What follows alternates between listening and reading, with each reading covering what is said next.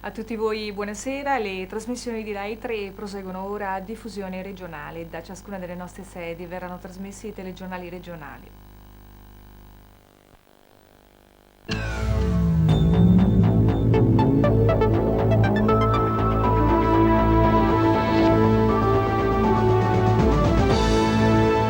Rimarrà chiusa per almeno 2-3 giorni, fino a quando saranno terminati i lavori di bonifica alla statale Castellana, dove stamattina da un'autocisterna rovesciata sono fuoriusciti più di 2000 litri di carburante. Domani sera Consiglio Comunale straordinario. Prima udienza al Tribunale di Venezia del processo contro alcuni ufficiali della Guardia di Finanza e di altri loro presunti complici. Sono accusati di aver chiesto tangenti ad imprenditori per chiudere un occhio sulle verifiche fiscali.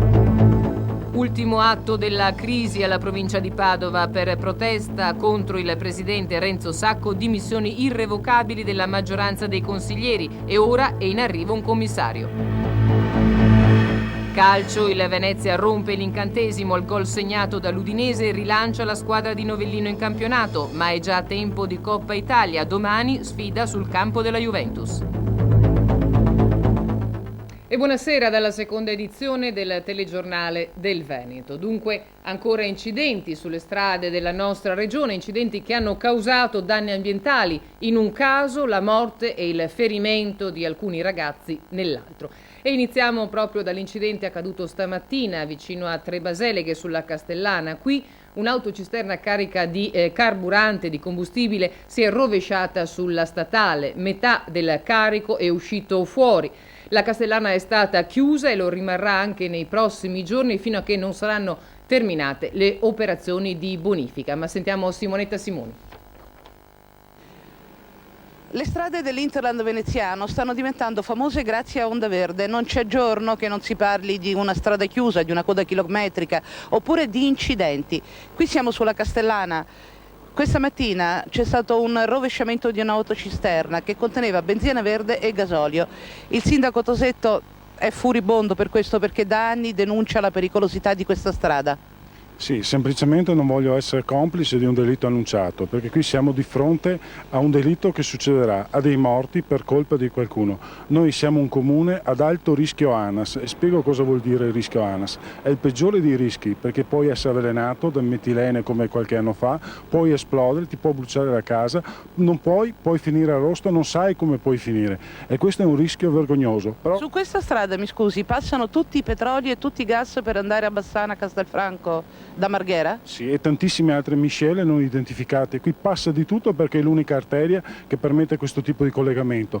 Basterebbe fare una circonvallazione che evitasse i centri. Da Mestre, il passante, è un progetto che giace dal 69. Dal 69 forse sarebbe anche ora di scucire quei 4 soldi che servono per evitare questi disastri. Un'ultima cosa, sindaco, qua sotto questa schiuma che è stata messa per tamponare il gasolio e la benzina verde, c'è una conduttura di gas? C'è una conduttura di gas, quindi immaginatevi una miscela di gasolio, di benzina verde e una tubazione di gas. Se fosse esplosa non saremmo qui a discutere, saremmo qui a piangere e non voglio, ripeto, essere complici di questi futuri disastri.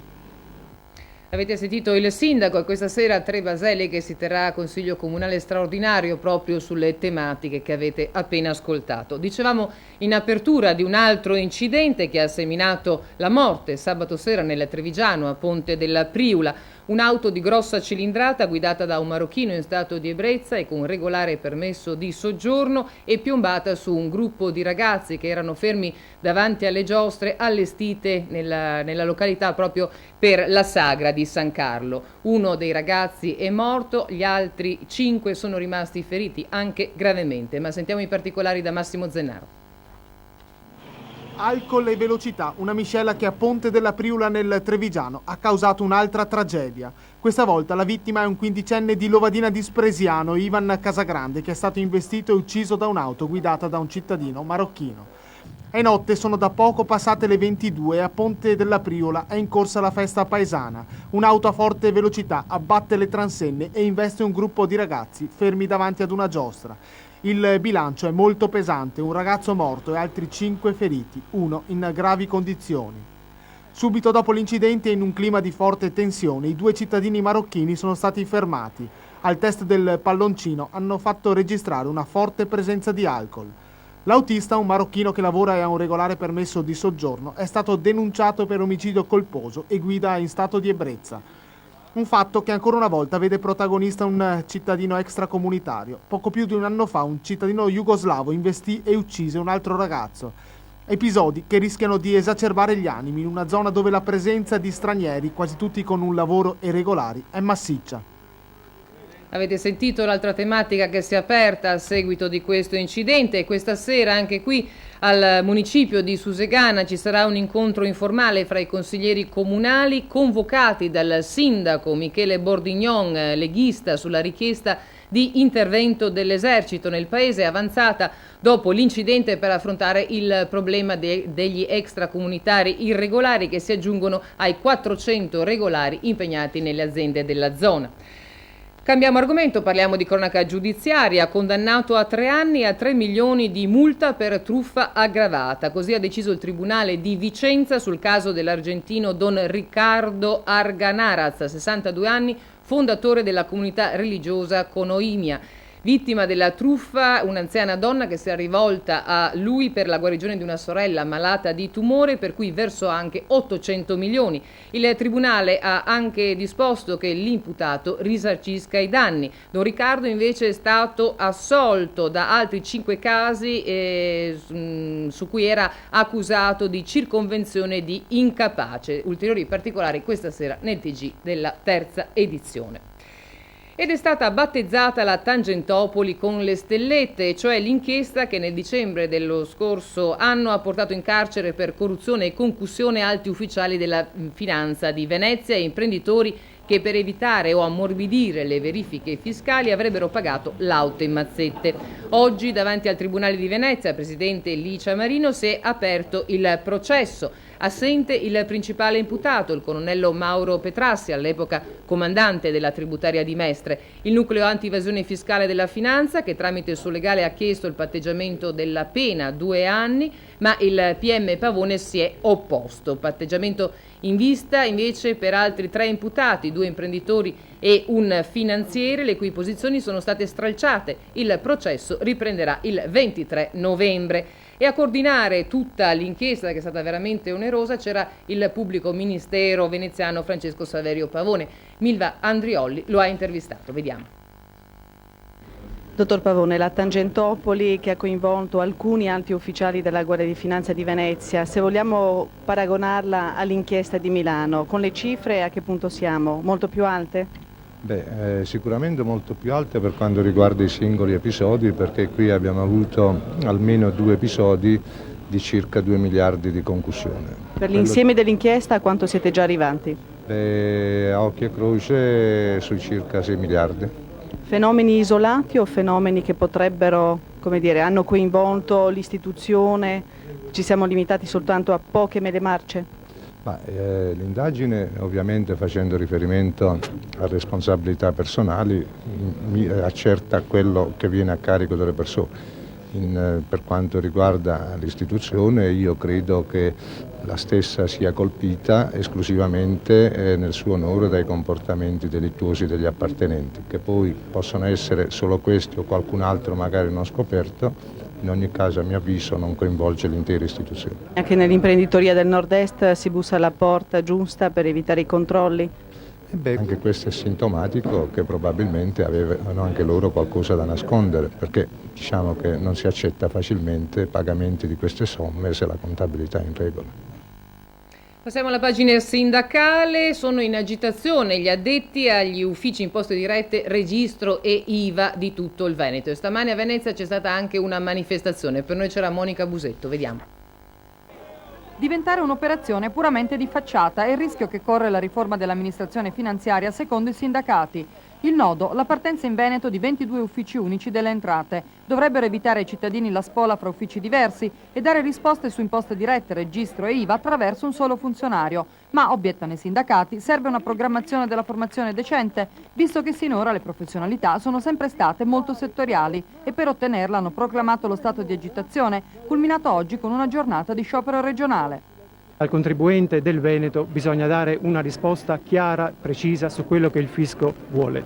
Non si può in questo frangente, proprio per queste condizioni socio-economiche che ci sono, mandare allo sbaraglio le persone, con la conseguenza che il contribuente a cui è stato promesso qualcosa non trovi più realmente quello che ha diritto di avere. Abbiamo già fatto 7-8 mila giorni uomo di formazione, ribatte la direzione regionale, ma c'è un altro punto, quello dei distacchi.